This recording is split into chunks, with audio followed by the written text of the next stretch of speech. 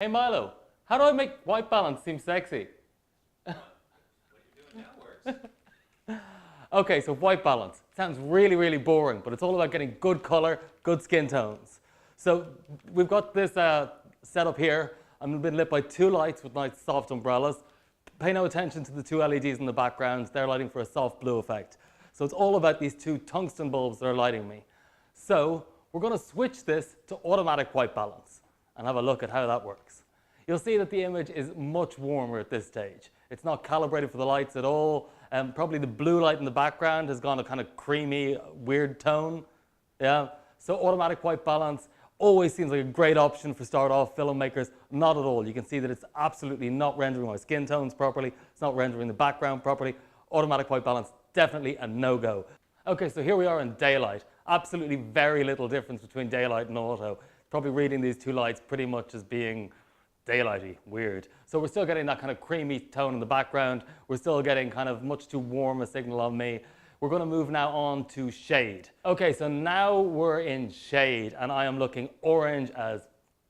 So yeah, really warm. Shade's often used to warm things up on a kind of dull day. You can see, not a great choice for this environment. Okay, so now we're into cloudy.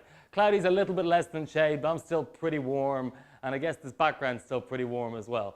Okay, so this is fluorescent. This is just weirdly purple. Fluorescent is really set up for fluorescent lights which have a green tinge. So because there's no green tinge here, it's putting out loads of magenta to try and balance that green tinge which isn't here. So I'm looking a bit pink and purple. Okay, so now we're into flash. And flash is exactly the same as bloody daylight because flash is daylight balanced. God damn it.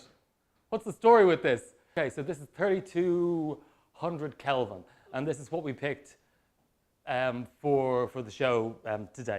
This is really giving very decent color representation on my face. And you can see the two LEDs that we have in the background, the blue LEDs, are looking blue. So we're getting very genuinely good color representation of that 32K.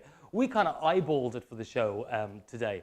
But there's one more option left on your color balance menu. And that is one we quite often use, and it is called custom white balance. So we'll have a quick chat about custom white balance. Custom white balance allows you import a white balance. So if you're unsure, in this case, we don't really care too much about these lights. It's all about the main lights that are lighting our subject, making sure they're giving us proper color.